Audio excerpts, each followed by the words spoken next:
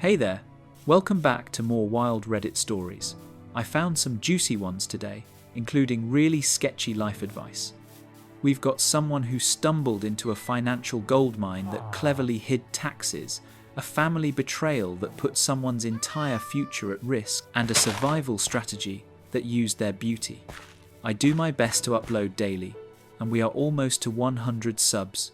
Thank you for all your support. Get comfortable and let's dive right in. Our first story is about a job that paid, well, a little too good. Throwaway account because, obviously, I need to get this off my chest because I'm sitting on about $500,000 that I probably shouldn't have, and honestly, I'm not sure I feel bad about it. 3 years ago, I landed what I thought was my dream job. I was 26, fresh out of grad school, with a decent amount of student debt, and this opportunity fell into my lap through a former professor's recommendation. The company was a logistics consulting firm, small but growing, and my boss, let's call him Richard, seemed like the kind of guy who'd mentor you into success. The starting salary was $85,000, which was already more than I'd hoped for, but Richard told me during the interview that high performers could easily clear 6 figures within a year or two. I took the job immediately. The work itself was interesting enough. We consulted for mid-sized manufacturing companies, helping them optimize their supply chains, reduce costs, that sort of thing. Richard was brilliant at it. He could walk into a factory, spend 3 days analyzing their operations, and come back with a proposal that would save them millions. I was learning constantly, working long hours, but it felt worth it. 6 months in, Richard gave me a $20,000 bonus and told me I was exceeding expectations. That first year, I made $115,000 total. I paid off a huge chunk of my student loans. I moved into a nicer apartment. I started actually saving money for the first time in my life. Year 2 was even better. Richard promoted me to senior consultant, and my base salary jumped to $130,000. The bonuses kept coming. By the end of that year, I'd cleared almost $200,000. I couldn't believe my luck. I kept waiting for the other shoe to drop, for the workload to become unbearable, or for office politics to ruin everything. But it never happened. Richard was demanding but fair. The clients loved our work. Everything was perfect. Then, about 14 months ago, I was working late at the office. Richard had already left for the day, which was unusual because he typically stayed later than everyone else. I needed access to a client file that was saved on the shared server, but I couldn't find it in the usual folders. I started poking around in directories I normally didn't need to access, looking for the file name. That's when I found a folder labeled with a client code I didn't recognize. I opened it, thinking maybe it was an old project from before I joined. Inside were dozens of subfolders, each labeled with dates going back 5 years. I clicked on one at random. Inside were shipping manifests, invoices, and customs declarations. Nothing unusual about that. That was normal for our line of work. But as I started actually reading the documents, something felt off. The manifests listed industrial equipment, machinery parts, things that matched what our legitimate clients would import. But the declared values seemed wrong. A piece of manufacturing equipment that should cost $50,000 was listed at $5,000. Another shipment of precision tools, valued at maybe $200,000, was declared at $20,000. I opened another subfolder. Same pattern. Then another. Every single document in this folder showed the same thing. Systematically undervalued imports. I sat there, staring at my screen for probably 20 minutes, my heart pounding. I knew what this was. This was customs fraud. Someone was deliberately misreporting the value of imported goods to avoid paying the proper duties and taxes. And based on the volume of documents in this folder, this had been going on for years and involved millions of dollars. The next morning, I came in early, hoping to catch Richard alone. I didn't know what I was going to say. I'd barely slept. Part of me thought maybe there was a reasonable explanation. Maybe I was misunderstanding something. But when Richard walked in and saw me already at my desk, his expression changed. He knew. Somehow, he just knew that I knew. He asked me to come into his office. I followed him in, and he closed the door. For a long moment, neither of us said anything. Then he asked me directly what I'd seen. I told him about finding the folder, about the manifests and invoices. I tried to keep my voice steady, but I'm sure he could hear the nervousness. Richard leaned back in his chair and was quiet for what felt like forever. Then he started explaining. He told me that about 7 years ago, the company had been struggling. He'd taken out loans to keep it afloat, but it wasn't enough. He had a few clients who were facing the same problem. They were getting killed by import duties on the equipment and materials they needed to stay competitive. One of them approached him with a proposal.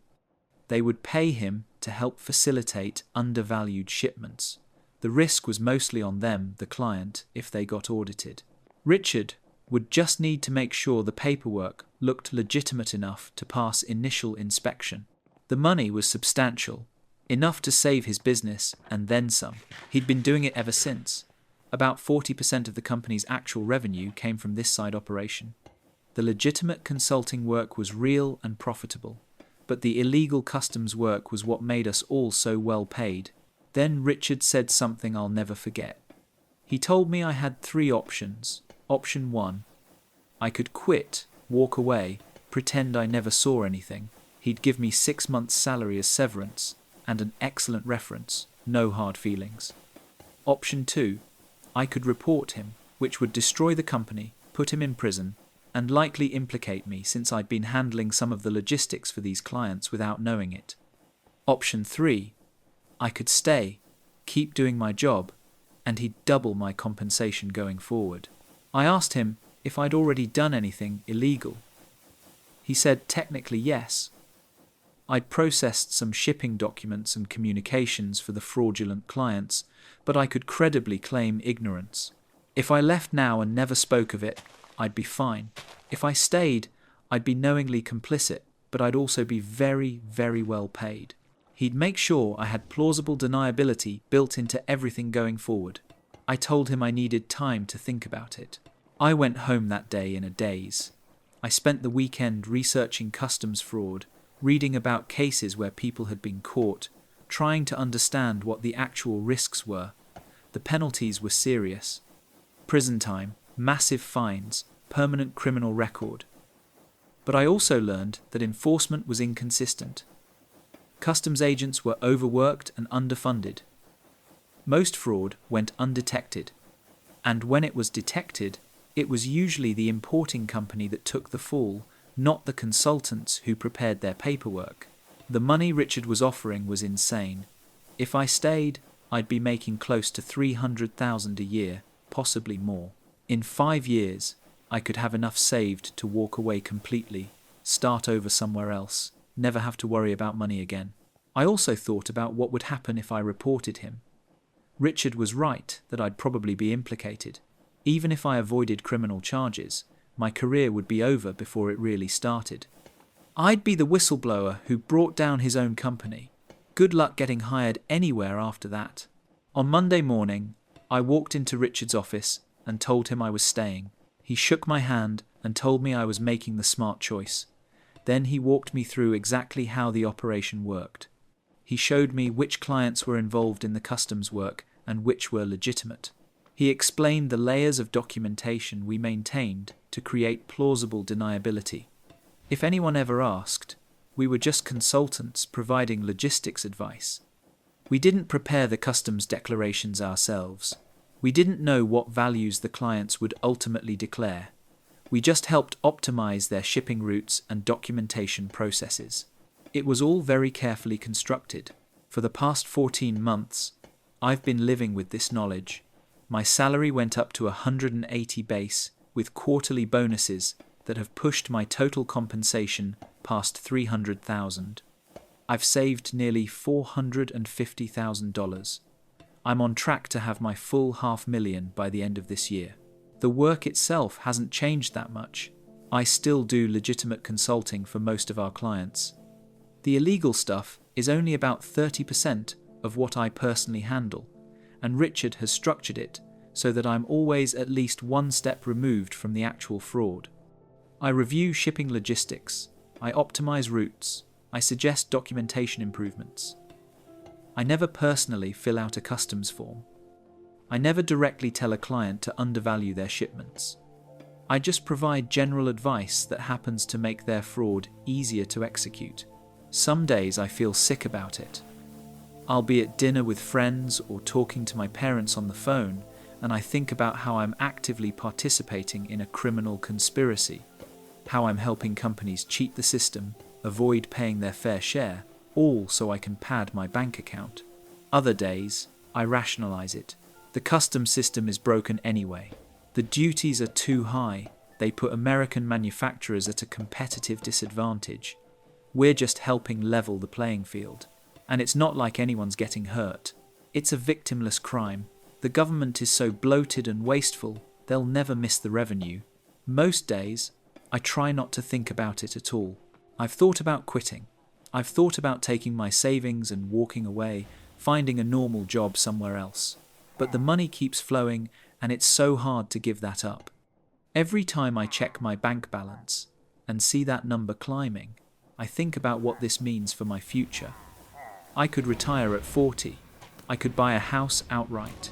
I could have the kind of financial security most people my age will never experience. Richard has never pressured me to stay. He's made it clear I can leave whenever I want, with my full bonuses intact and his silence guaranteed. He's in too deep to ever report me without destroying himself. My leverage is secure, so I keep showing up. I keep doing the work. I keep watching that bank account grow. I know what I'm doing is wrong. I know that if we ever get caught, my life will be ruined. I know that I've crossed a line that most people would never cross, that I've become someone I used to think I'd never be. But I also know that in about 18 months, I'll have $750,000 saved, and at that point, I'm gone. I'll quit, move to a different state, maybe even a different country. I'll find legitimate work, maybe start my own business. I'll leave all this behind. Until then, I'm riding this out. Call it greed, call it moral bankruptcy, call it whatever you want. I'm making choices most people never have to make, and I'm choosing the money. That's the end of that story. Sometimes opportunity comes with a price tag, and you don't realize what you're actually paying until you're already in too deep. This next one involves family and financial ruin. I never thought my sister would try to destroy my life, but here we are. I'm 32 years old, married, with a decent job in IT management. My sister, let's call her Nicole, is 4 years younger than me. We were never particularly close growing up. She was always the troubled one in the family. Dropped out of college after one semester, bounced between jobs, had a string of bad relationships. Meanwhile, I went to school, built a career, got married, did everything the conventional way. Our parents always made excuses for her. She was struggling, she'd had a hard time, she needed support. I watched them give her money over and over again. Small amounts at first, a few hundred here and there for rent or car repairs. Then larger amounts. I know they paid off at least $10,000 in credit card debt for her at one point. About 5 years ago, Nicole and I had a falling out. She'd asked to borrow $3,000 to help with a security deposit on a new apartment. I said no. I told her she needed to figure it out on her own, that constantly bailing her out wasn't helping her learn to manage money. She exploded at me, called me selfish and judgmental, said I thought I was better than her. I told her that until she got her life together, I wasn't going to enable her anymore. We barely spoke after that. The occasional awkward interaction at family holidays, but that was it. Then, about 4 months ago, I started getting calls from debt collectors. The first one I dismissed as a scam. Someone called asking about an overdue credit card payment of $4,000. I told them they had the wrong number, but then another call came, and another. Different companies, different amounts. $8,000, $6,000, $12,000. I hung up on all of them. Then I got a letter in the mail from a collections agency. It listed a credit card I'd never opened with a balance of $9,000. I called my wife immediately, thinking maybe we'd been victims of identity theft. She told me to check my credit report right away. I pulled my report that night, and my stomach dropped. There were 7 accounts I didn't recognize. 3 credit cards, 2 personal loans, a car loan, and a medical payment plan. The total debt was over $70,000. Most of the accounts were in collections. My credit score had tanked from 760 to 510. I spent the next day making phone calls, trying to figure out what was happening. I contacted each creditor, explained that I'd never opened these accounts, demanded to know how this was possible. Most of them were unhelpful at first, citing privacy policies, but eventually I got through to a supervisor at one of the credit card companies who was willing to investigate. She called me back 3 hours later and asked if I had a sister named Nicole. Apparently, when Nicole applied for the card, she'd used my social security number and date of birth, but her address and phone number. The initial credit check came back approved based on my credit history. She'd been making minimum payments for the first year, which is why nothing had flagged. But then she stopped paying, and the account went into default. I asked how this was possible. How could someone open an account with my social security number, but a different address without verification? The supervisor explained that their fraud protection systems looked for certain red flags, but siblings using each other's information sometimes slipped through, especially if the initial payments were made on time. I immediately called every other creditor on the list. Same story across the board. Nicole had used my information to open all 7 accounts over the past 3 years. She'd been making minimum payments on most of them initially, which is why I never knew. Then, about 8 months ago, she'd stopped paying on everything at once. I was furious. I called my parents and told them what Nicole had done. My mother started crying immediately. My father went quiet. After a long pause, he admitted they'd known Nicole was struggling financially. She'd been living in their basement for the past year. They didn't know about the identity theft, but they'd suspected she was in serious debt. I asked them for Nicole's phone number. My mother begged me not to do anything rash, to give them time to talk to her first. I told her I was giving her 24 hours, and then I was calling the police. The next day, my parents showed up at my house with Nicole. She looked terrible. Thinner than I remembered, dark circles under her eyes, wearing clothes that were clearly too big for her. My mother asked if we could all sit down and talk this through as a family. I told Nicole to start explaining. She told me she'd been in financial trouble for years. She'd maxed out her own credit cards early on, couldn't get approved for new ones. She'd tried to get personal loans, but her credit was too damaged. She was working part-time at a retail store, barely making enough to cover her car payment and phone bill. She was living with our parents because she couldn't afford rent anywhere. About 3 years ago, she'd found my social security card in a box of old family documents at our parents' house. I'd left it there years ago, back when I was in college. She'd taken a photo of it with her phone. At first, she told herself she'd just use it once, just one credit card to get back on her feet. She'd pay it off, and no one would ever know. But then she couldn't pay it off. So she opened another one to make payments on the first. Then another. Then loans to consolidate. It snowballed. She said she was sorry. She was crying, saying she never meant for it to go this far. She thought she'd be able to fix it before I found out. She knew it was wrong, but she was desperate. I asked her if she understood that she'd destroyed my credit, that I could lose my house over this, that my wife and I were about to start trying for kids, and now our entire financial future was in jeopardy because of her selfishness. My mother interrupted and asked what it would take to make this right. Could they pay off the debts? Could we work out a payment plan? I looked at my mother and told her the debts totaled over $70,000. Did she have $70,000 to give me? She didn't answer.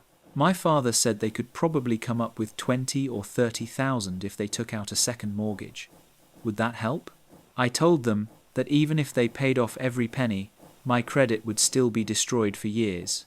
The damage was done.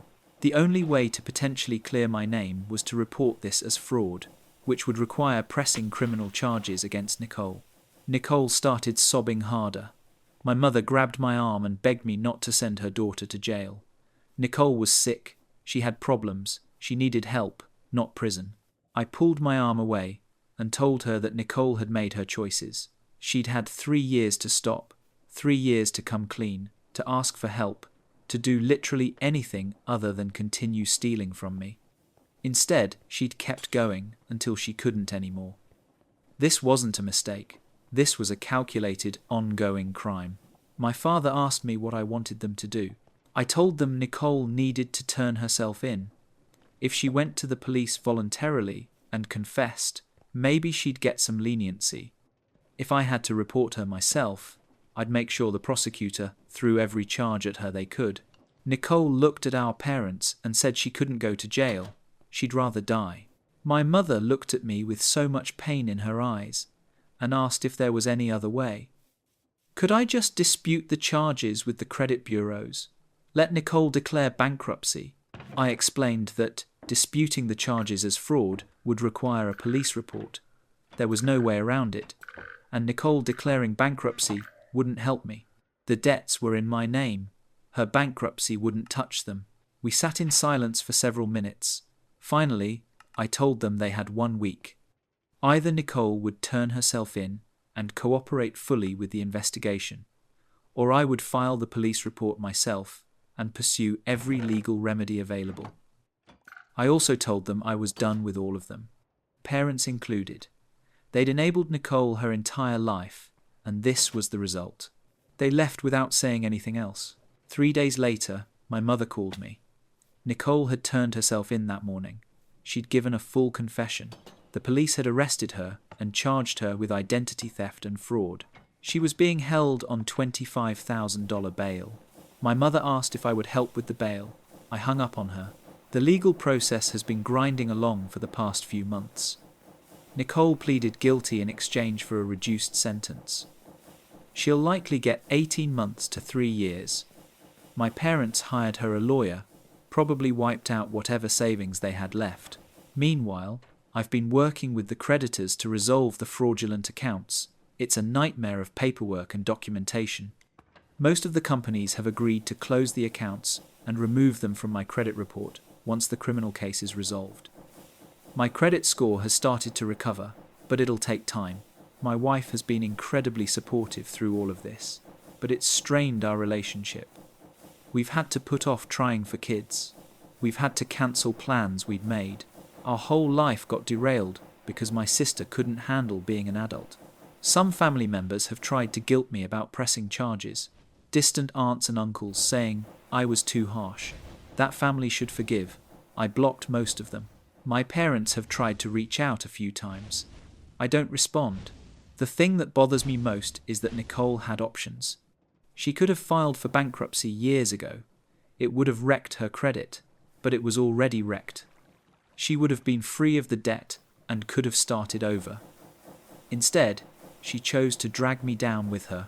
She could have asked for help, not for money, but for actual help. Financial counseling, job training, therapy, whatever she needed. Our parents would have paid for that in a heartbeat. But she chose the path of least resistance. She chose to steal from me because it was easier than facing her problems. Now she's facing federal charges, and I'm rebuilding my financial life from scratch. I don't feel guilty about it. I feel angry that I have to feel anything about it at all. That's the end of that story. Family ties don't mean much when someone's willing to destroy your future for their own convenience. Our next story comes from someone who found a creative solution to job insecurity. I'm a 34-year-old woman working in marketing for a tech startup, or I was until recently. I need to talk about what I did to survive because I'm not sure if I'm proud or ashamed of myself.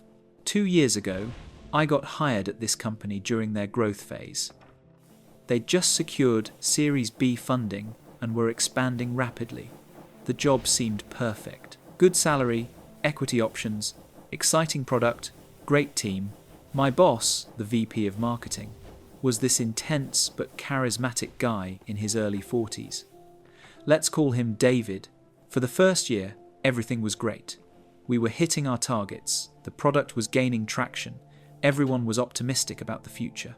I worked hard, put in long hours, really committed myself to the company's success. Then things started to shift. The market changed. Funding got tighter. Growth slowed. About 10 months ago, the company did its first round of layoffs. 10% of staff, mostly in sales and customer support.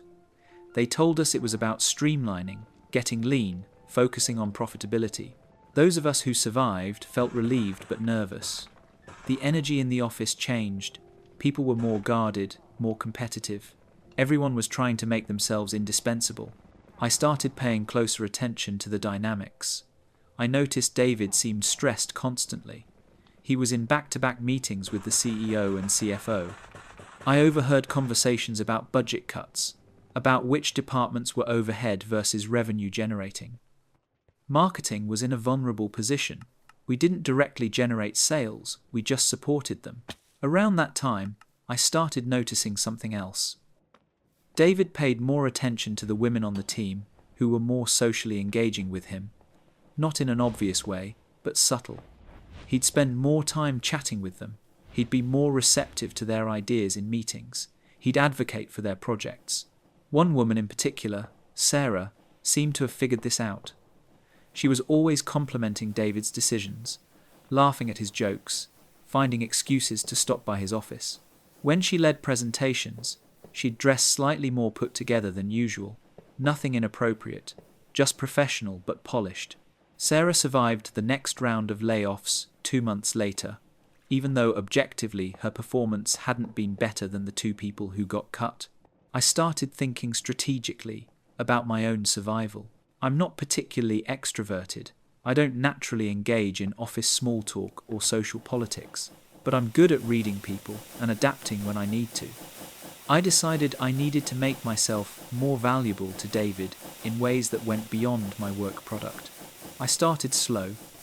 I'd linger after meetings to ask his opinion on things, framing them as wanting his expertise.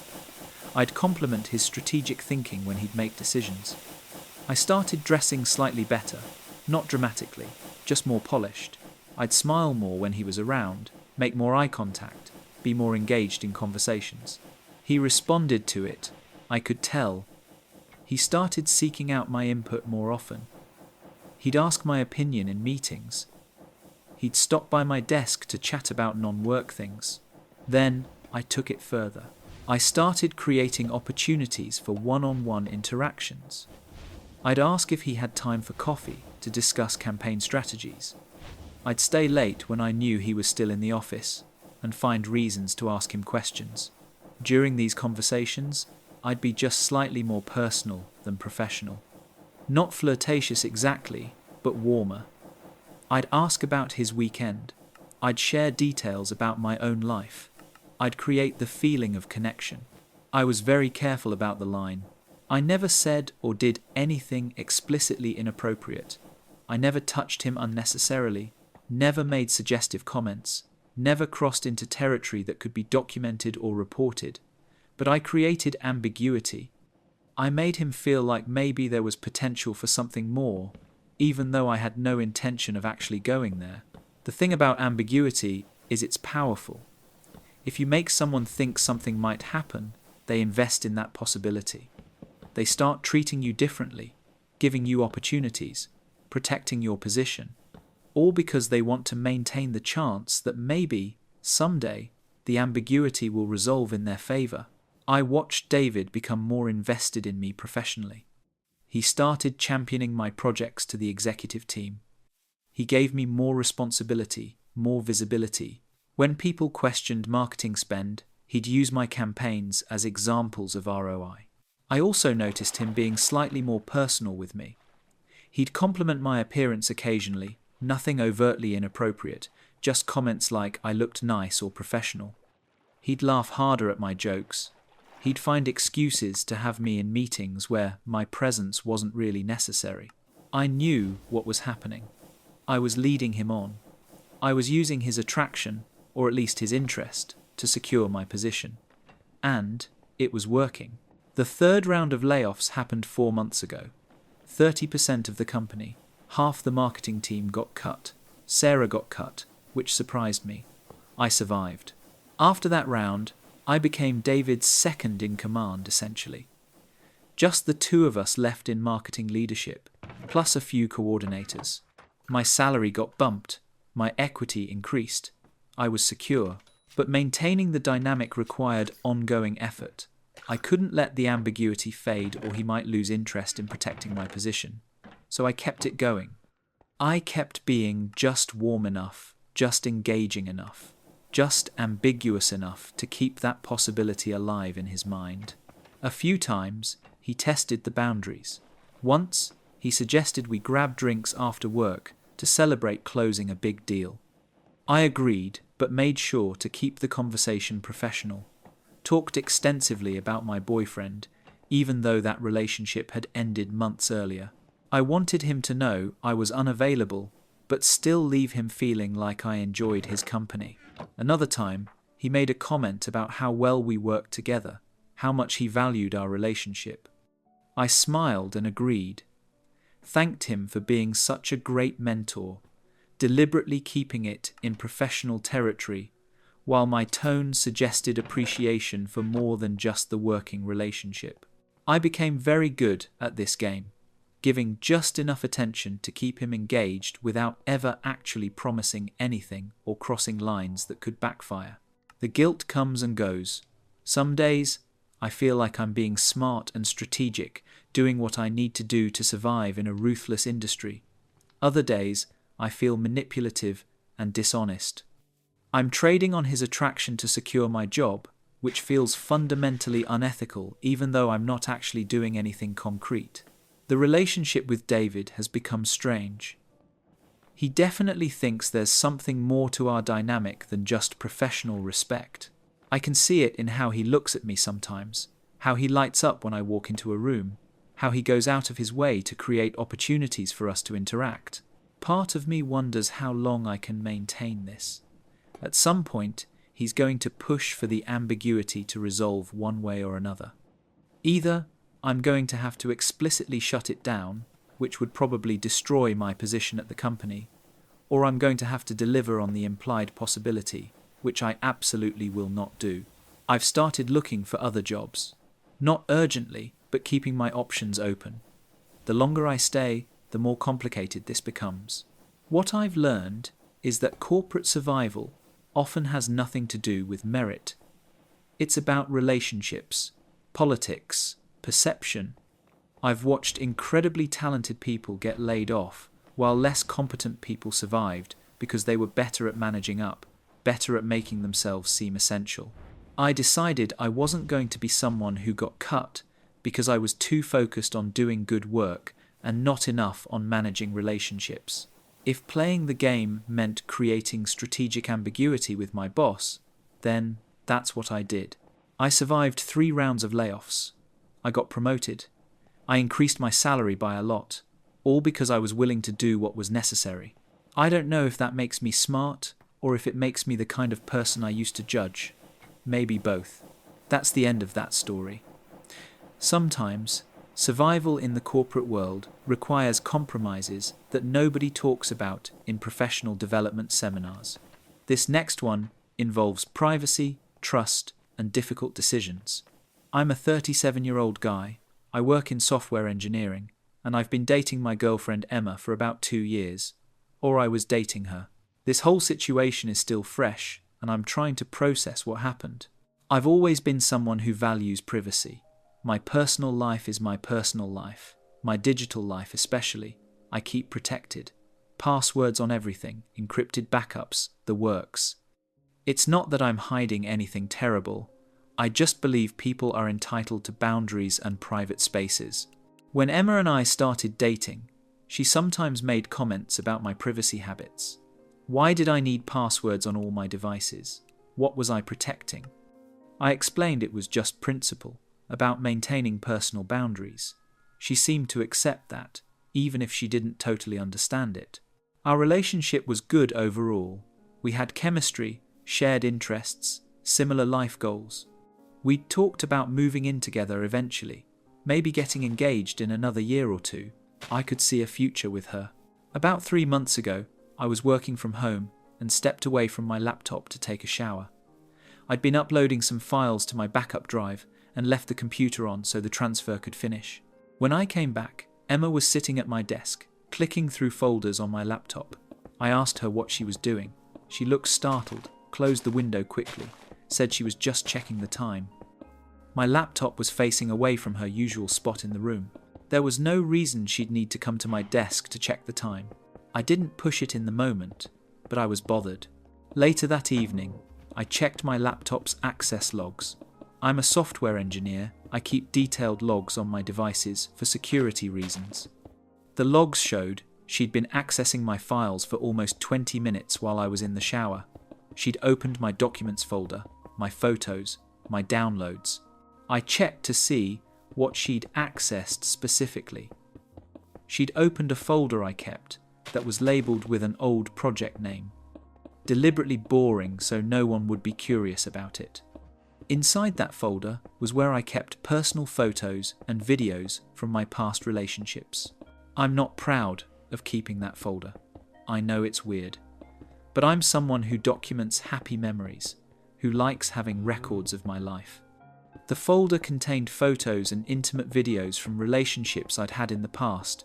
Nothing illegal or unethical, just private moments I'd shared with former girlfriends. I'd always kept them encrypted and backed up, never shared them with anyone, never even looked at them really. They were just part of my personal archive. Emma had found them and opened several of the files. I sat with this information for a few days, trying to decide how to handle it. On one hand, she'd violated my privacy significantly. She'd deliberately gone through my computer while I was unavailable, accessed files that were clearly private. On the other hand, I understood why finding that folder would be upsetting to her. I decided to confront her directly. I told her I knew she'd gone through my laptop. She denied it at first, then eventually admitted she'd been curious. She said my secrecy bothered her, that she felt like I was hiding something. She wanted to know if I was cheating on her or talking to other women. I told her what she'd found. She immediately got angry. Why was I keeping intimate photos and videos of my exes? That was disrespectful to her, to them, to our relationship. It was creepy and wrong, and I needed to delete everything immediately. I told her that what was on my personal computer was my business. Those were private files that I'd never shared with anyone. I'd never compared her to past relationships, never looked at those files while we were together.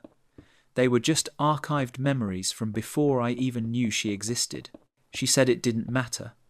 The fact that I kept them meant I wasn't fully committed to her. It meant I was still emotionally attached to my exes.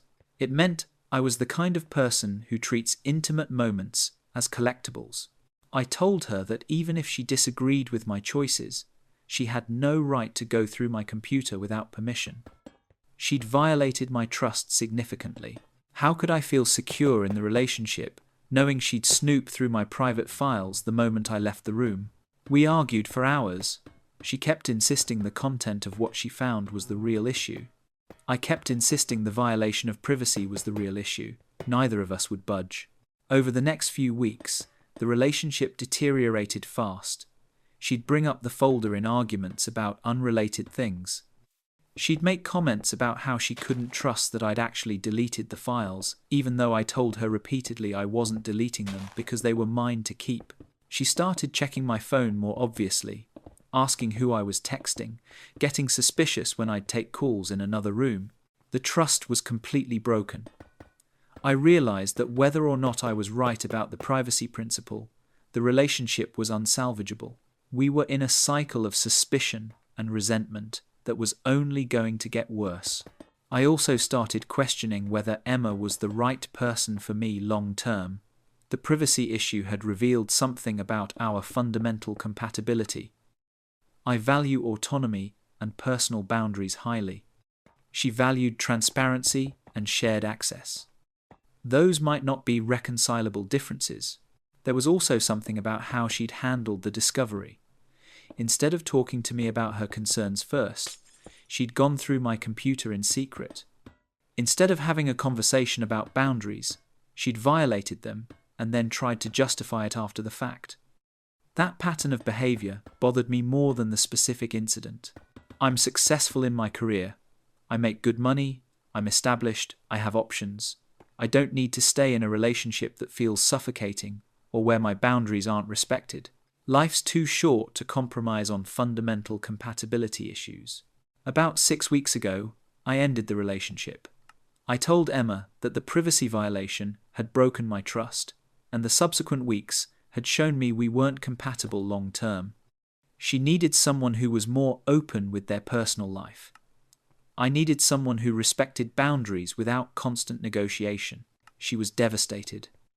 She apologized repeatedly, said she'd never go through my things again, begged for another chance. But I'd already made up my mind. Once that trust is broken, once you realize someone doesn't respect your fundamental boundaries, there's no going back. The breakup was messy. She called and texted constantly for the first week. She showed up at my apartment twice, wanting to talk things through. I had to be firm about cutting contact. Some of our mutual friends took her side. They thought I was being unreasonable, that keeping intimate photos of exes was genuinely problematic and she'd had valid concerns. A few people told me I was being too rigid about privacy, that relationships require openness. But some friends understood my position.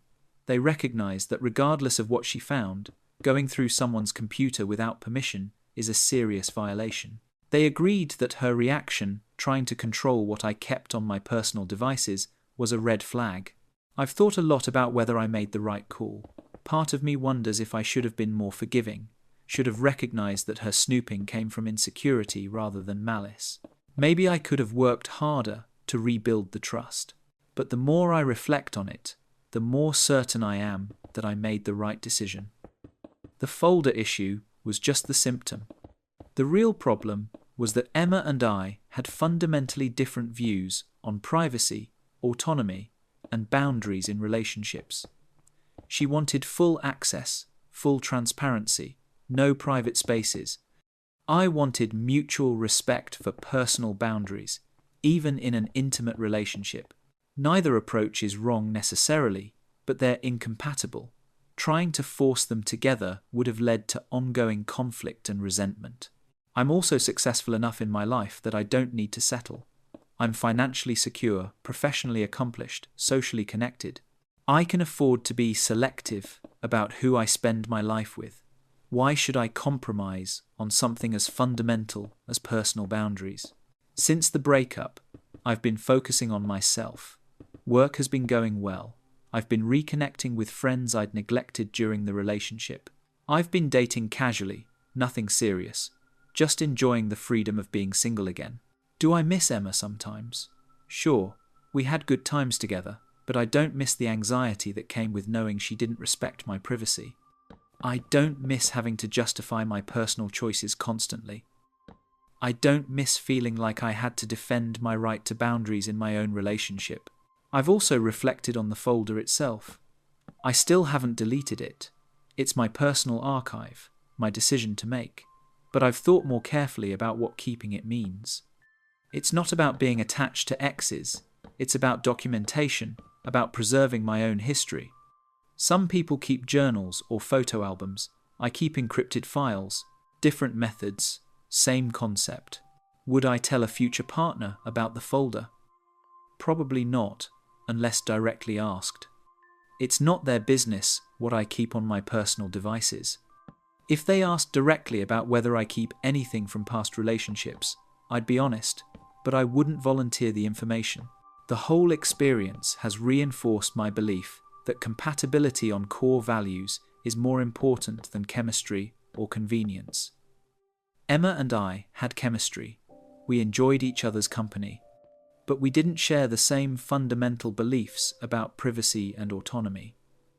That mismatch would have caused problems eventually, even if the computer incident hadn't forced the issue.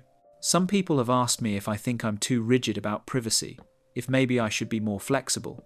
My answer is no. Privacy isn't about hiding bad behavior. It's about maintaining selfhood within a relationship.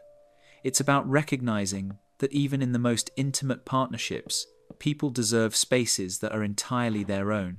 Emma finding that folder and then demanding I delete it felt like someone trying to control not just my actions, but my past, my memories, my history, my personal archive. That's not acceptable to me, regardless of how uncomfortable the content made her. If that makes me difficult to be with, so be it. I'd rather be single than be with someone who doesn't respect my boundaries. The right person will understand that privacy and intimacy aren't mutually exclusive. The right person won't need access to every corner of my life to feel secure in the relationship. The right person will respect that I'm entitled to private spaces, private thoughts, private records of my own life. Until I find that person, I'm perfectly content being on my own. That's the end of that story. Sometimes choosing yourself over a relationship isn't selfish, it's just recognizing that compatibility matters more than compromise. This next story is about perfect relationships and difficult realizations. I'm a 29-year-old woman, and I need advice from anyone who's been in a similar situation, because I think I made a huge mistake, and I don't know if I can fix it. 6 months ago, I was in what I thought was the perfect relationship. My boyfriend, let's call him Ben, was everything I'd ever wanted.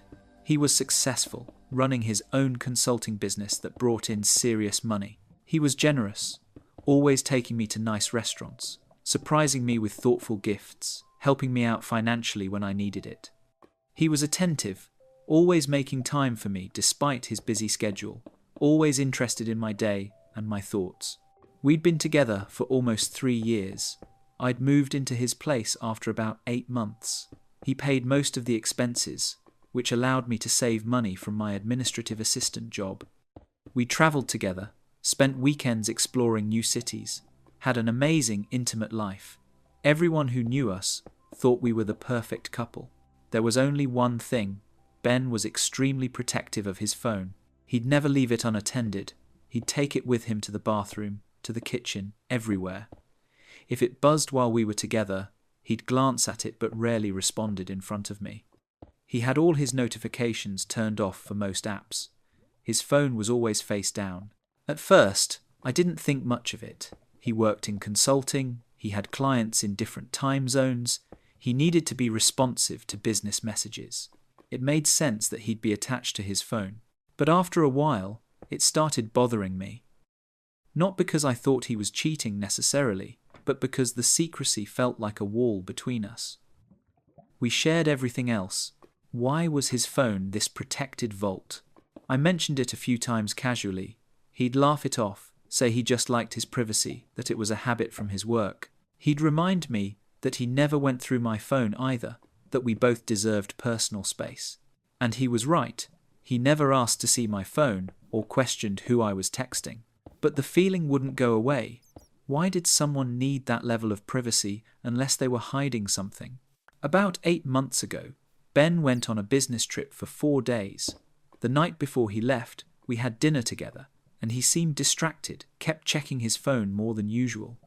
I asked if everything was okay with work. He said it was fine, just a complicated client situation he needed to manage. After he left for the trip, I couldn't stop thinking about the phone thing. I kept imagining worst-case scenarios. What if he was cheating? What if he had a secret family somewhere? What if our entire relationship was a lie? I knew his phone passcode. I'd seen him enter it hundreds of times over 3 years. It was his birthday backwards. When he texted me that he'd landed safely, I made a decision. I was going to look at his phone the next time I had access to it. The opportunity came 3 days later. Ben came back from his trip late at night.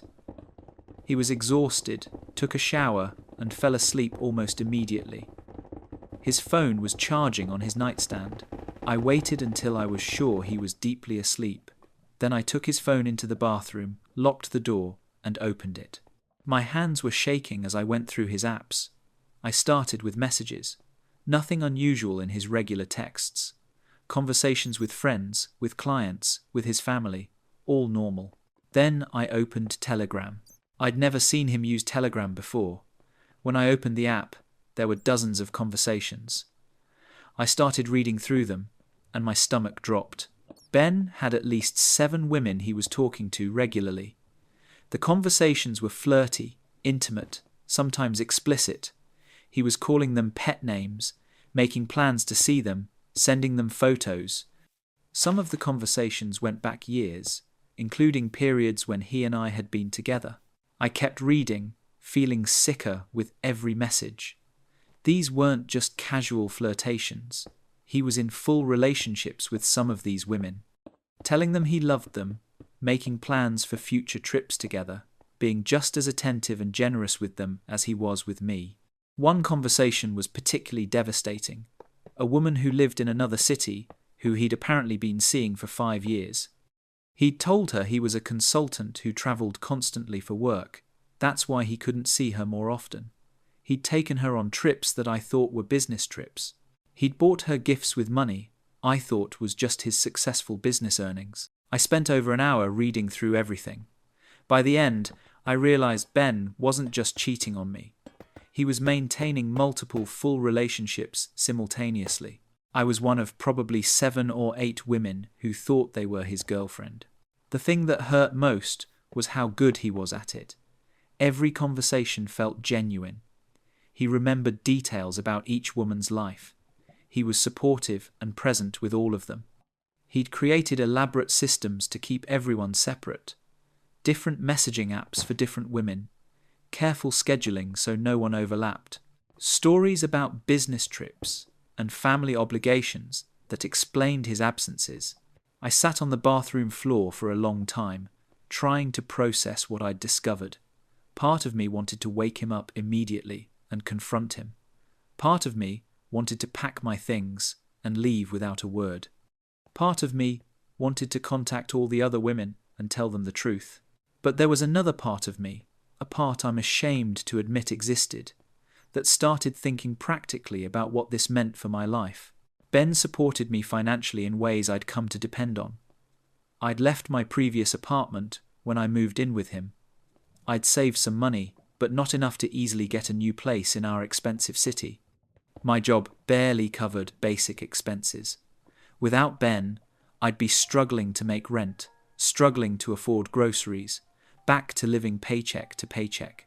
And aside from the cheating, Ben treated me incredibly well.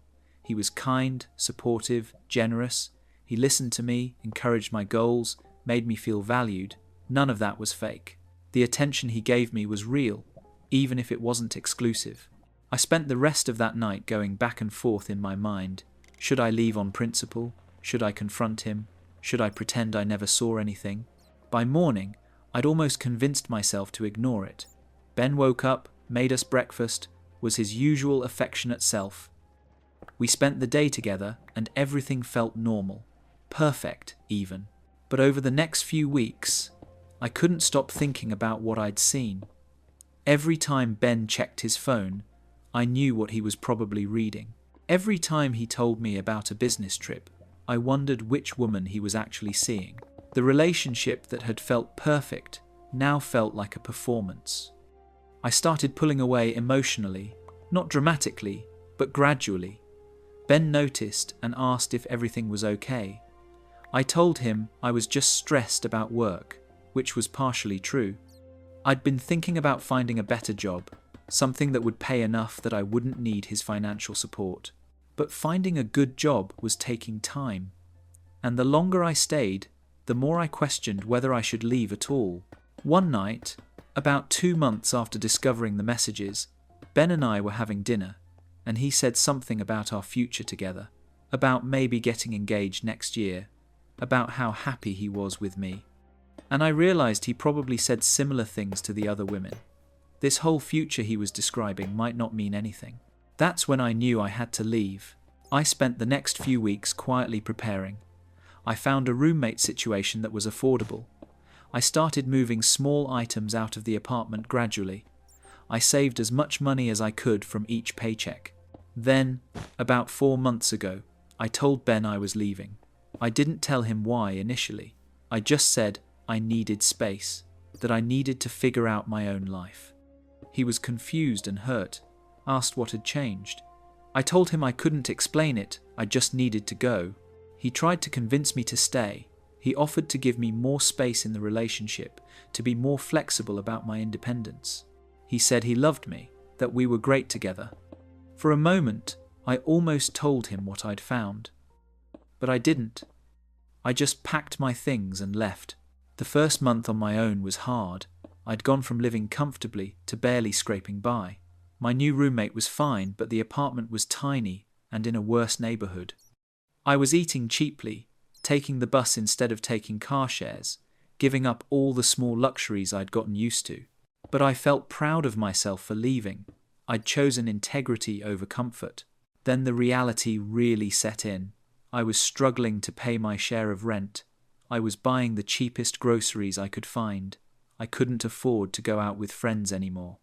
I'd given up a comfortable life with someone who, despite his flaws, had treated me well in every other way. I started wondering if I'd made the right choice.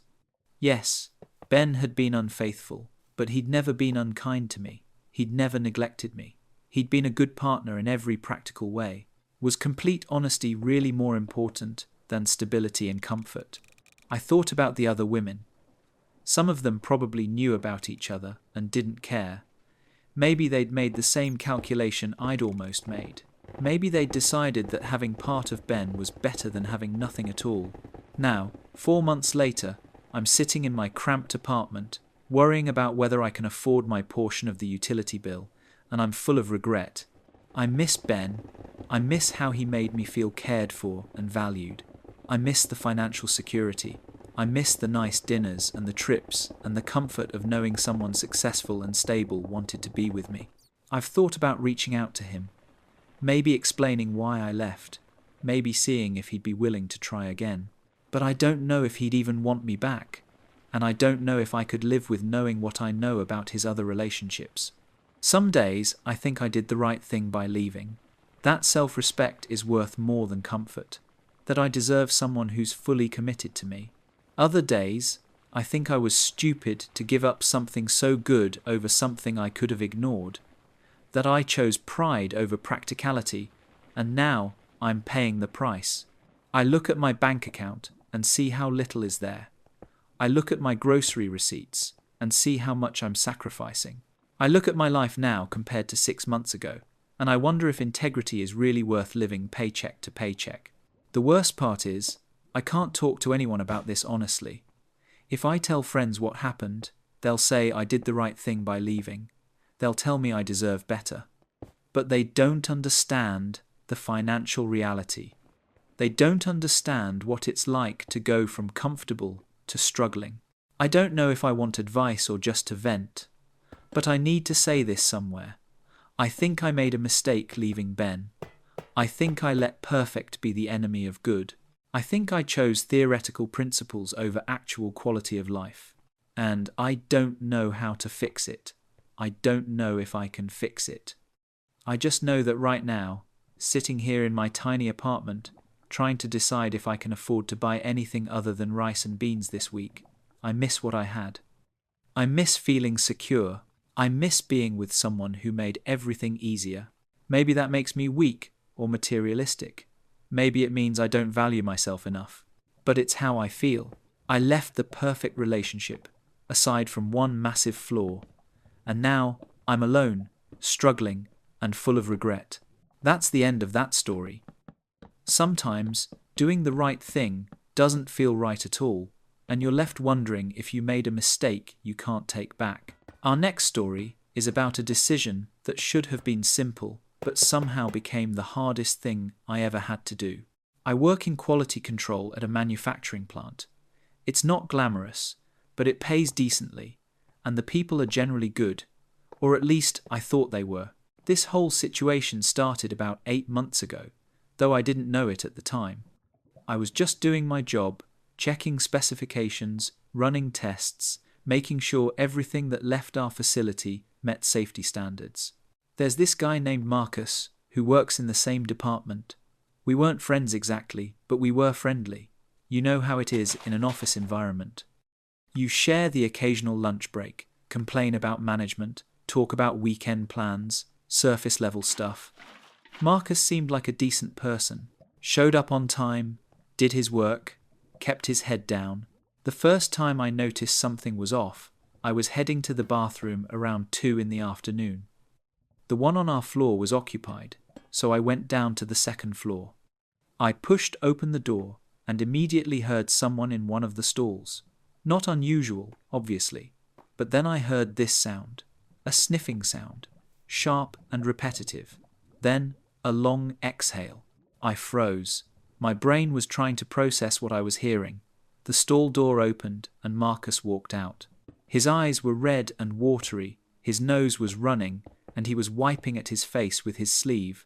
When he saw me, he jumped a little. We made eye contact for maybe 2 seconds. Then he mumbled something about allergies and pushed past me out of the bathroom. I just stood there. I knew what I'd heard. I'm not naive, but I also wasn't sure what to do with that information. Over the next few weeks, I started noticing patterns. Marcus would disappear for 10 or 15 minutes at a time, always returning with that same red, watery look. His mood would shift dramatically. Sometimes he'd be energetic, talking fast, moving around like he couldn't sit still. Other times he'd be withdrawn, almost falling asleep at his desk. His work started getting sloppy too. Small errors at first. A decimal point in the wrong place. A measurement recorded incorrectly. Nothing catastrophic, but enough that I noticed. I didn't say anything. I told myself it wasn't my business. Marcus was an adult. If he wanted to mess up his own life, that was his choice. Plus, I didn't have concrete proof. What was I supposed to do? March into HR and say I heard someone sniffing in the bathroom? That I thought maybe, possibly he might be using substances? They'd laugh me out of the office. So I kept quiet. Weeks turned into months. Marcus's behavior got more erratic, but he was still functioning, still showing up, still doing enough work to get by. I convinced myself I was doing the right thing by not reporting him. He had a family, a wife and 2 kids. If he lost this job, what would happen to them? And for what? Because I heard him sniffing in a bathroom one time? Then, 3 weeks ago, everything changed. We were running a batch test on a new product line. These are critical safety checks. The products we manufacture get used in industrial settings. If something goes wrong, people can get seriously hurt. Marcus was supposed to verify the pressure tolerance on a series of valve assemblies. It's a straightforward process, but it requires attention to detail. You run the test, record the results, and if anything falls outside the acceptable range, you flag it immediately.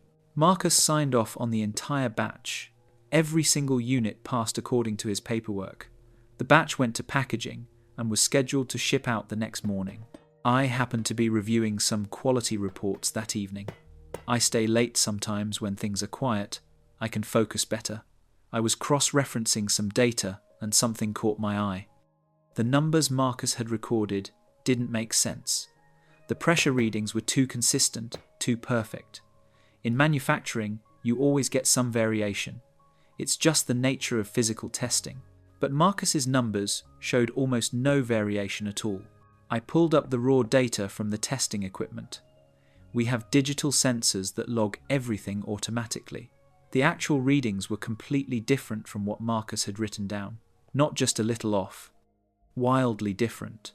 And worse, at least 6 units in the batch had failed the pressure test. Failed badly. If those units made it into the field and someone relied on them in a high-pressure situation, the valves could rupture. People could get burned, injured, or worse. I felt sick. I pulled up the shipping schedule. The batch was set to go out in 14 hours. I sat at my desk for a long time just staring at the numbers. I knew what I had to do, but I also knew what it would mean. If I reported this, there would be an investigation. They'd look into Marcus's recent work. They'd figure out something was wrong with him. He'd get fired, probably. Maybe face criminal charges, depending on how serious this was classified. But if I didn't report it, people could die. I thought about his kids. I thought about his wife. I thought about all the times I'd kept quiet over the past few months because I didn't want to get involved.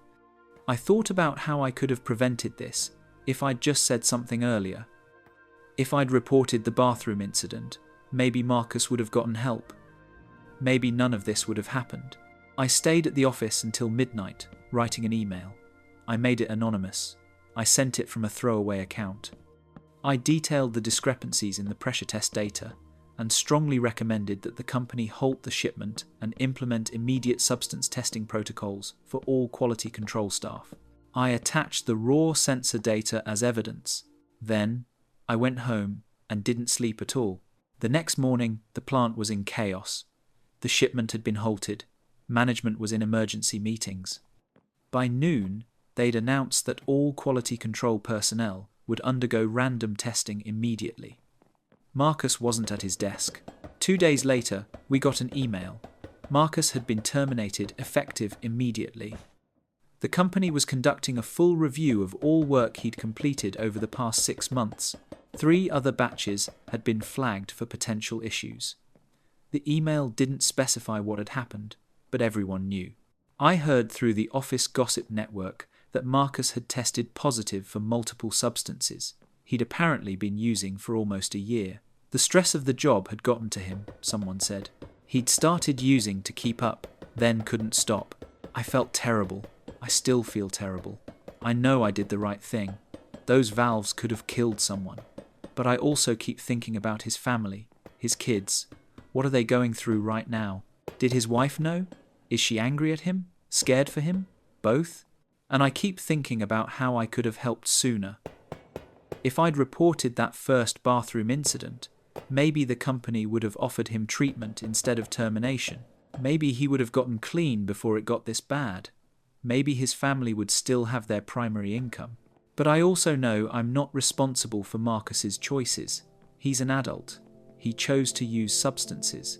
He chose to falsify safety reports. He put other people's lives at risk because he was high at work. A few days after Marcus was fired, I overheard 2 guys from shipping talking about it. One of them said it was messed up that someone had reported him. That whoever sent that anonymous email had ruined Marcus's life. The other guy disagreed. Said whoever sent it probably saved lives. I didn't say anything. I just kept walking. I still think about Marcus sometimes. I hope he gets help. I hope his family is okay. But I also know that I made the only choice I could make. You can't let sympathy for one person override the safety of dozens or hundreds of others. You just can't. That's the end of that story. Sometimes doing the right thing doesn't feel right at all. It just feels necessary. This next one involves a living situation that fell apart in the worst possible way. I'm a 26-year-old woman living in a major city where rent is absolutely insane. Last year, I moved into a 3-bedroom apartment with 2 other people I found through a roommate matching service. One was another woman named Jen who worked in marketing. The other was a guy named Tyler who did something with computers. I never fully understood his job. The apartment was perfect. Good location, reasonable rent when split 3 ways, and initially, everyone seemed normal and respectful. We established house rules early on, basic stuff. Clean up after yourself, no overnight guests more than twice a week, quiet hours after 11 p.m, standard roommate agreement things. For the first 3 months, everything was fine. We weren't close friends, but we got along. We'd occasionally watch movies together in the living room or share takeout. Tyler was quiet and kept to himself mostly. He worked from home a lot, so he was around more than Jen and me, but he wasn't intrusive about it. Then small things started happening. My clothes would be in slightly different positions in my laundry basket. Not obvious, just shifted around like someone had moved them.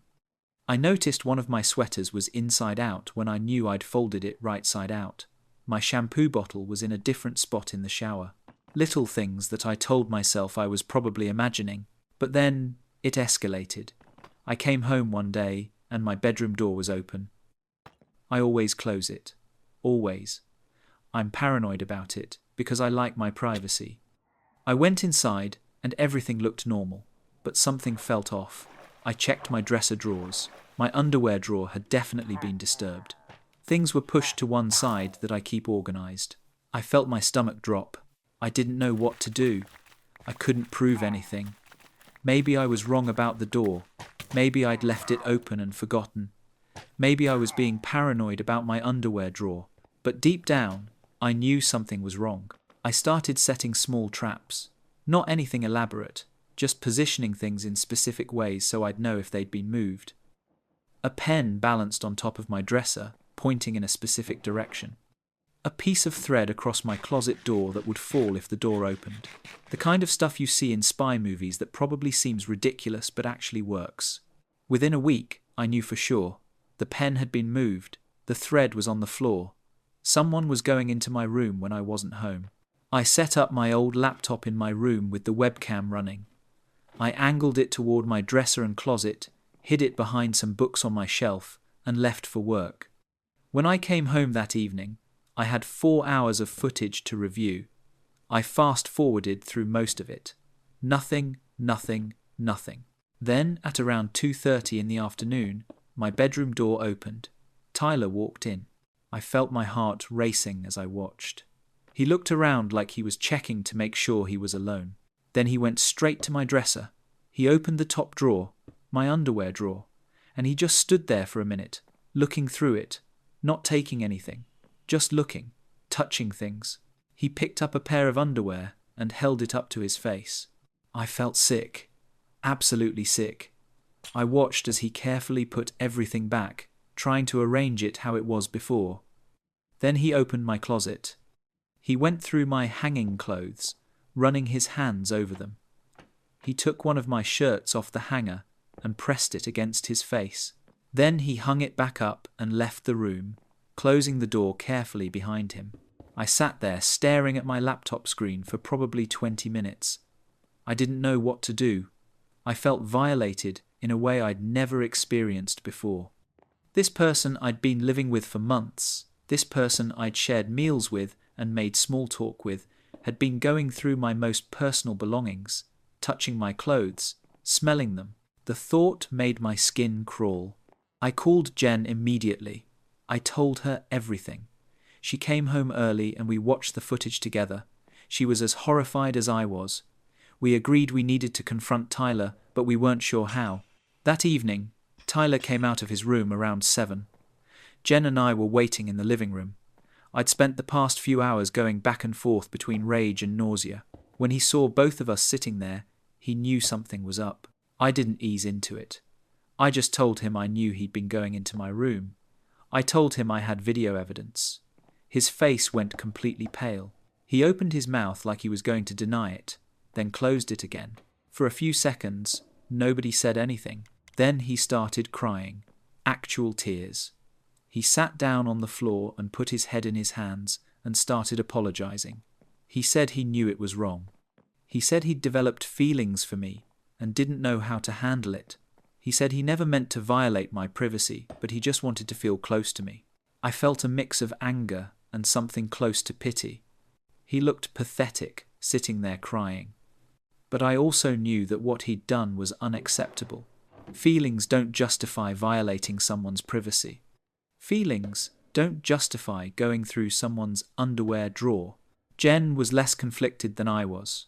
She told Tyler he needed to move out, that we couldn't live with someone who'd done something like this, that it was a betrayal of trust that couldn't be fixed. Tyler begged us not to make him leave.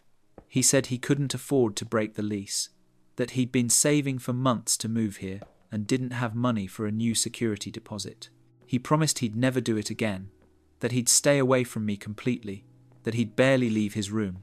We told him that wasn't good enough.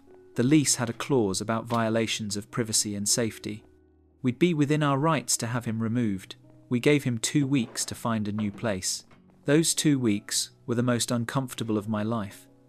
Tyler barely spoke to either of us. He'd leave for work early and come home late. When he was home, he stayed in his room with the door closed. I started keeping my bedroom door locked even when I was inside. I couldn't relax, knowing he was just down the hall. Finding a replacement roommate took longer than we expected. We posted ads everywhere. We had a few people come look at the place, but explaining why there was a sudden opening was awkward.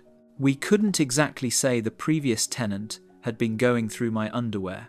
Eventually, We found someone through a friend of a friend, a woman who worked as a nurse and needed a place close to the hospital. She moved in about 3 weeks after Tyler left. The whole experience changed how I think about privacy and trust. I never would have imagined that someone I lived with, someone who seemed completely normal, would do something like that. It made me realize how vulnerable you are when you share space with people you don't really know. I still have my laptop set up in my room, with the webcam running whenever I'm not home. Maybe that makes me paranoid, but I don't care. Better paranoid than violated again. That's the end of that story. Trust is earned, but safety should never be compromised. Our next story is about the day I discovered my aunt had destroyed my financial future before I even knew I had one. I'm a 24-year-old guy. I've been working full-time since I graduated college 2 years ago.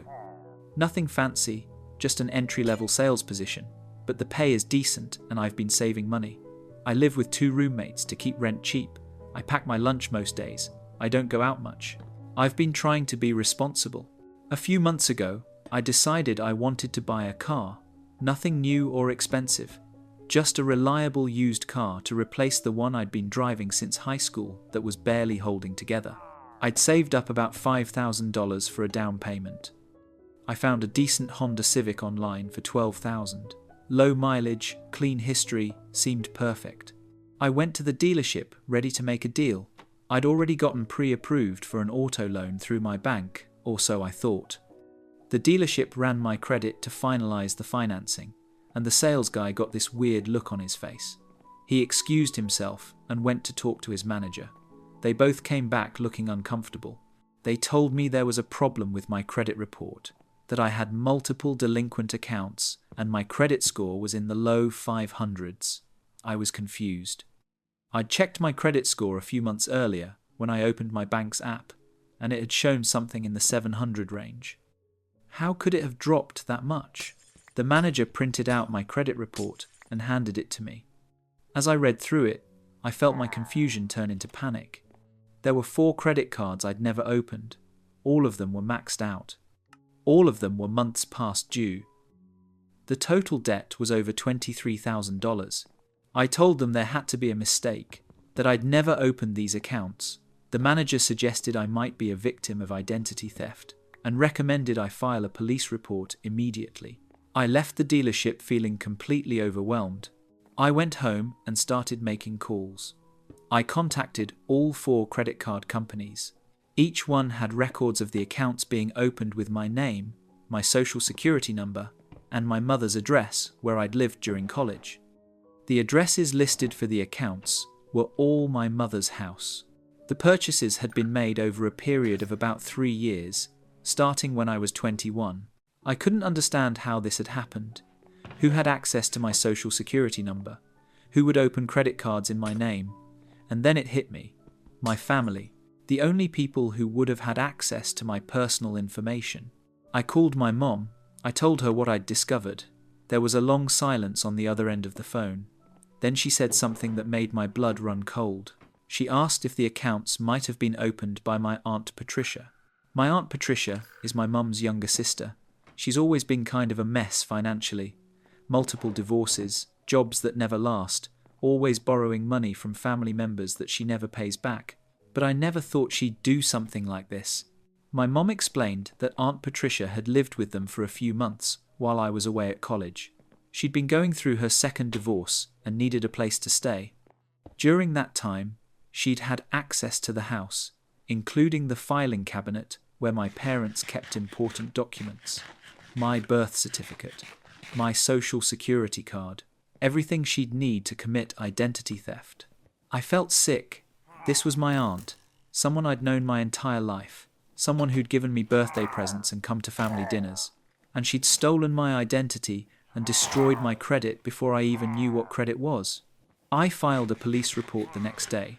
The officer who took my statement said, "This kind of thing happens more often than people think. Family members stealing from each other."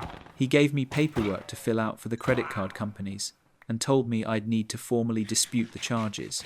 He also said that if I wanted the debt removed, I'd probably have to press charges against whoever opened the accounts. That's when things got complicated. Pressing charges meant my aunt could face criminal prosecution, fraud charges, identity theft charges, possibly jail time, and my family was not going to take that well. I called my mum again. I told her what the police officer had said. She begged me not to press charges. She said Aunt Patricia was already struggling, that this would destroy her life, that the family would never forgive me. I didn't care about Aunt Patricia's struggles. She'd destroyed my credit. She'd stolen over $20,000 in my name. She'd made it impossible for me to buy a car, rent an apartment by myself, or do any of the normal adult things that require decent credit. And she'd done it without ever feeling guilty enough to tell me or try to pay it back. I told my mum I was pressing charges. She cried. She said I was being cruel. That family should protect each other, not destroy each other. I told her that Aunt Patricia should have thought about that before she committed fraud. The next few weeks were a nightmare. I had to file disputes with all 4 credit card companies. I had to fill out affidavits. I had to get my identity theft report notarized. I had to freeze my credit. I had to monitor my accounts obsessively to make sure nothing else had been opened in my name. And then there was the family drama. My mum stopped talking to me. My grandmother called me and yelled at me for 20 minutes about loyalty and forgiveness. My uncle sent me a text message calling me selfish and vindictive. Even my younger brother said I was taking things too far. Nobody seemed to care that I was the victim, that I'd done nothing wrong, that my financial future had been sabotaged by someone who was supposed to care about me. They only cared that I was making trouble for Aunt Patricia. Aunt Patricia herself never contacted me, never apologized, never tried to explain. She just let the rest of the family fight her battles for her. The legal process took months. The credit card companies eventually agreed to remove the fraudulent accounts from my credit report, but only after I provided police reports and affidavits. My credit score is slowly recovering, but it's still not where it should be. Aunt Patricia was charged with identity theft and fraud. She took a plea deal, no jail time, but 5 years probation, and she has to pay restitution. The amount she's required to pay is laughable. Something like $50 a month. At that rate, she'll be paying me back until I'm middle-aged. Most of my family still isn't speaking to me. My mom eventually came around after a few months. She admitted that what Aunt Patricia did was wrong, but she still thinks I should have handled it privately instead of involving the police. She doesn't understand that there was no way to fix this without legal intervention. I did eventually buy a car. It took an extra 6 months of saving and rebuilding my credit, but I got there. Every time I drive it, I think about how much harder Aunt Patricia made everything. How much stress she caused. How she didn't care at all about the consequences for me as long as she got what she wanted in the moment. I don't regret pressing charges. I'd do it again. But I do regret that my family chose to protect a thief instead of supporting the victim. That showed me something about them I wish I didn't know. That's the end of that story. Sometimes the people who should protect you are the ones you need protection from. Our next one is about making a choice that seemed necessary at the time, but turned into something I didn't sign up for. I'm a 29-year-old guy, living in an expensive city, on a salary that doesn't quite cover my expenses the way it should. I work in digital marketing for a small startup. The pay is okay, but it's not great. And with rent, student loans, and basic living expenses, I'm usually running pretty close to empty by the end of each month. 6 months ago, I fell behind on rent. Not drastically behind, but enough that my landlord sent me a notice. I had 5 days to come up with $1,200 or face eviction proceedings. I checked my bank account. I had $300. My next paycheck wasn't for another 9 days. I panicked. I called my parents. They're retired and living on a fixed income. They didn't have it. I called my brother. He's dealing with his own financial problems. I looked into payday loans and felt even more panicked when I saw the interest rates. Taking out a loan like that would just dig me deeper into debt. Then I got a text from a guy I used to know in college named Ryan. We weren't close friends, but we'd stayed loosely in touch. He texted me out of nowhere, asking if I wanted to make some quick money. He said he needed someone to make a delivery for him. Easy job, he said. Just pick up a package from one place and drop it off at another. He'd pay $300. I knew immediately that this wasn't legal. Nobody pays $300 to deliver a legitimate package. But I was desperate. I had 5 days. I needed that money. I texted him back and said I was interested. He sent me an address on the other side of the city and told me to be there at 8 p.m. that night. He said someone would give me a package and an address. I'd drive to that address, hand over the package, and come back. Simple. I spent the rest of the day feeling sick about it. I knew it was wrong. I knew I was probably delivering substances or something equally illegal. But what choice did I have? Get evicted? End up homeless? I rationalized it by telling myself it was just one time. Just this once to get me through this crisis. And then I'd never do it again. That night, I drove to the address. It was a house in a run-down neighborhood. A guy answered the door, handed me a shoebox wrapped in duct tape, and gave me an address across town. He didn't say a word. Neither did I. I took the box, put it in my trunk, and drove. The whole drive, I was terrified. Every car behind me looked like an unmarked police car. Every siren in the distance made me jump. I kept thinking about what would happen if I got pulled over. If the cops searched my car, I'd go to jail. I'd lose my job. My life would be over. I made it to the address without incident. Another house, this one in a slightly better neighborhood. A woman answered. I handed her the box. She handed me an envelope. I got back in my car and drove away. I didn't open the envelope until I was back in my own neighborhood. Inside was $300 in cash. I paid my rent the next morning. Crisis averted. I told myself that was the end of it. I'd done what I had to do to survive, and now I could move on with my life. But Ryan texted me again 2 weeks later. Another delivery. Another $300. I told him no. He said that was fine, but that if I ever needed money again, he'd have work for me. 2 months later, I needed money again. My car needed repairs. $800. I didn't have it. Ryan had work for me. This time, it was 2 deliveries. $600. And that's how it started. Every time I'd fall short financially, Ryan would have work. The money was too easy. Show up, pick up a package, drop it off, get paid. No questions asked. I started doing it once or twice a month. But the deliveries started changing. The packages got bigger. The addresses got sketchier. One time I had to meet someone in a parking garage at 2 a.m. Another time I had to drive 2 hours outside the city to some isolated rural property. I started feeling paranoid all the time. I'd see a cop car and my heart would start racing. I'd hear a knock on my door and think it was the police coming to arrest me. I couldn't sleep properly. I'd lie awake thinking about how stupid I was being, how eventually my luck would run out. 3 months ago, I made a delivery to an apartment complex. I knocked on the door of the unit I'd been sent to.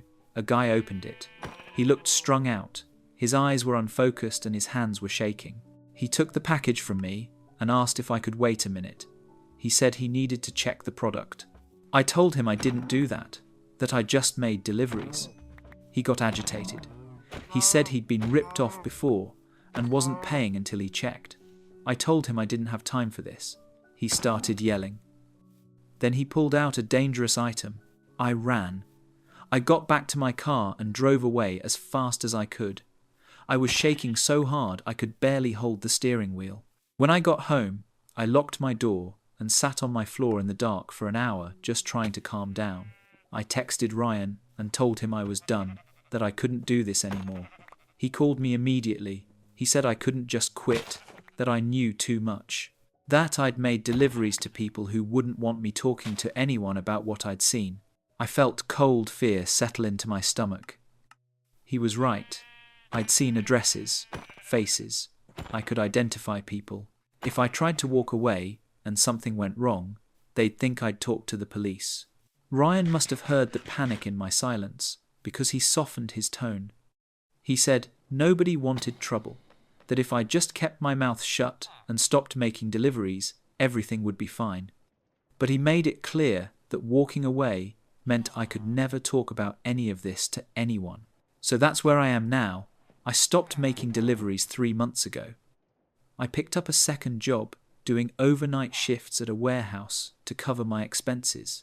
I'm exhausted all the time, but at least I'm not risking my freedom every week. I still see Ryan occasionally. We run into each other at random places because we both live in the same area of the city. Every time I see him, he nods at me like we share some secret. Like we're in this together. It makes me feel sick. I think about that first delivery all the time. How desperate I was. How I convinced myself it was just one time. How one choice to make rent spiraled into months of illegal activity and constant fear. I was lucky. Lucky I didn't get caught. Lucky I didn't get hurt.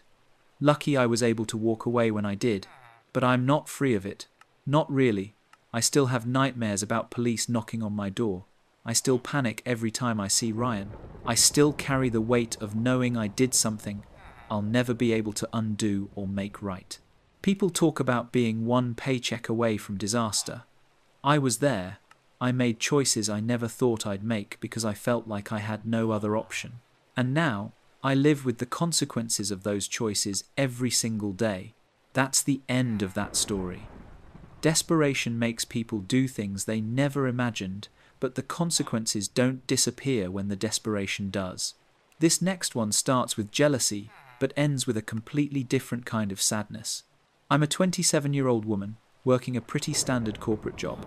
I make enough to get by, but nothing extravagant. I have a best friend named Sophie, who I've known since college. We've been through everything together. Breakups, career changes, family drama. She's the person I call when anything happens, good or bad. About a year ago, Sophie started making a lot more money. Like, a lot more. Suddenly she was taking weekend trips to expensive cities, wearing designer clothes, eating at restaurants I couldn't afford. At first, I thought maybe she'd gotten a promotion or changed jobs, but when I asked her about it, she was vague. She'd just say she'd found some extra income, or that she'd gotten lucky with some investments. I didn't think too much about it initially. I was happy for her. But as the months went on, the disparity between our lifestyles became more obvious. She'd invite me out, and then pay for everything, because she knew I couldn't afford it. It was generous, but it also made me feel small, like I was her charity case. Then, one night, about 6 months ago, we were at her apartment having grown-up beverages. She'd had a bit too much and got more talkative than usual. She told me she'd been doing paid companion work. She didn't use any explicit terms, but she made it clear what she meant. She'd meet men through an exclusive service. Dinners, events, weekend trips. Sometimes it was just conversation and companionship. Sometimes it was more, though she didn't go into detail. She said the money was incredible, that she'd made more in the past 6 months than she'd made in the previous 2 years at her regular job, that she was finally financially secure for the first time in her life. I didn't know what to say. I wasn't judging her exactly, but I was shocked. Sophie had always been so careful about her reputation, so concerned with what people thought, and now she was doing this? I asked her if she was safe, if she was being careful. She assured me she was, that the service she worked with was very selective and security-focused, that she had control over who she met and what she did. After that conversation, things felt different between us. I couldn't stop thinking about what she'd told me, and honestly, I felt jealous, not of the work itself, but of the money. Of the freedom. I was still struggling to make rent every month, and she was booking flights to Dubai on a whim. Over the next few months, Sophie started inviting me on trips with her, weekend getaways to beach resorts, spa retreats, nice hotels in other cities. She'd pay for everything.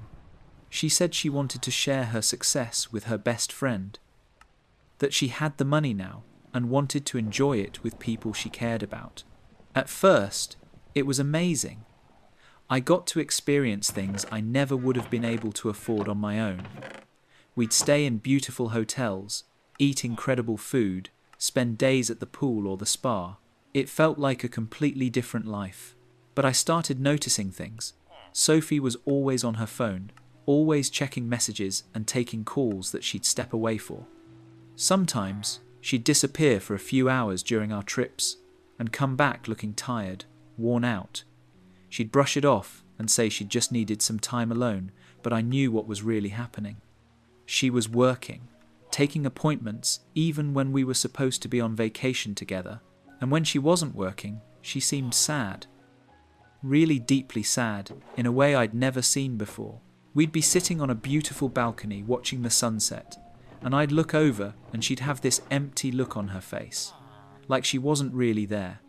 When I'd ask if she was okay, she'd smile and say she was fine, that she was just tired. The jealousy I'd felt started to fade. I began to understand that all the money in the world wasn't making her happy, that she was lonely in a way that had nothing to do with whether people were around her or not. She had clients who paid to be with her, but nobody who actually saw her. She had enough money to go anywhere, but nowhere felt like home. About 3 months ago, Sophie asked if I'd be interested in joining her, not as a full companion, but maybe as a sort of assistant, accompanying her to events, helping her feel safer when she met new clients. She said I'd make good money, not as much as her, but still significantly more than my regular job. I considered it. I really did.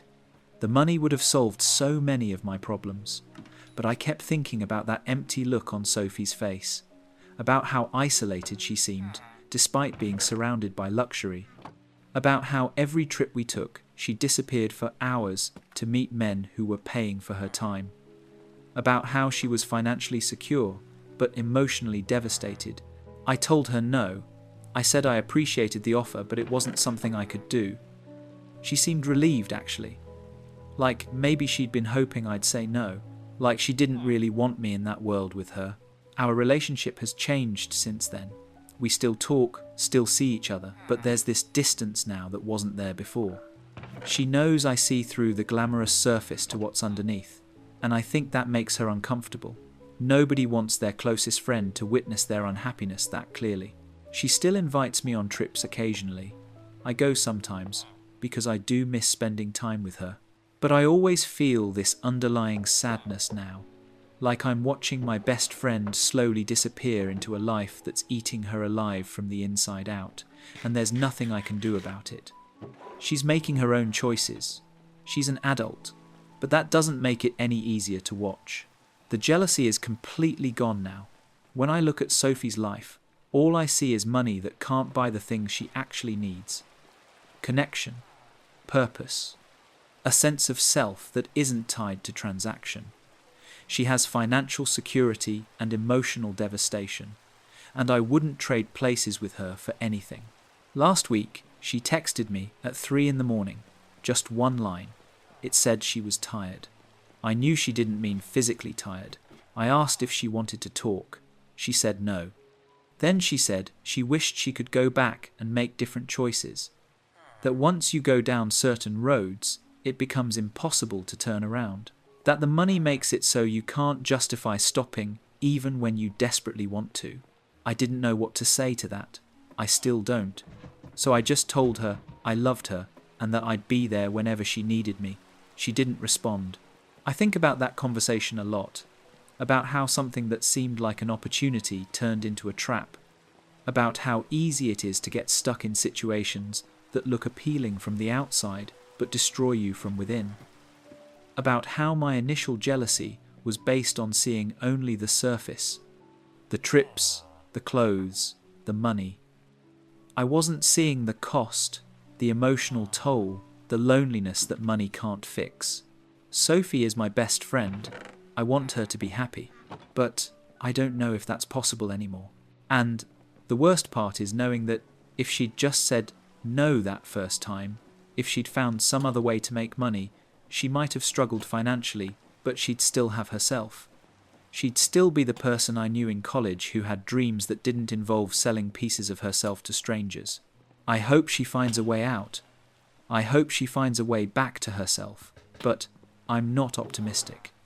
When you get used to a certain amount of money, when your entire lifestyle depends on it, walking away becomes almost impossible, even when staying is destroying you. And I think Sophie knows that. I think that's why she texted me at 3 in the morning. Because she knows she's stuck and doesn't see a way forward. That's the end of that story. Sometimes what looks like success from the outside is just a different kind of prison. These stories remind us that the choices we make in moments of desperation or weakness can echo far longer than we ever imagined. And sometimes the hardest part isn't making the right decision, but living with the consequences of all the small decisions that came before. Thanks for riding this crazy train with me tonight. Your support means everything.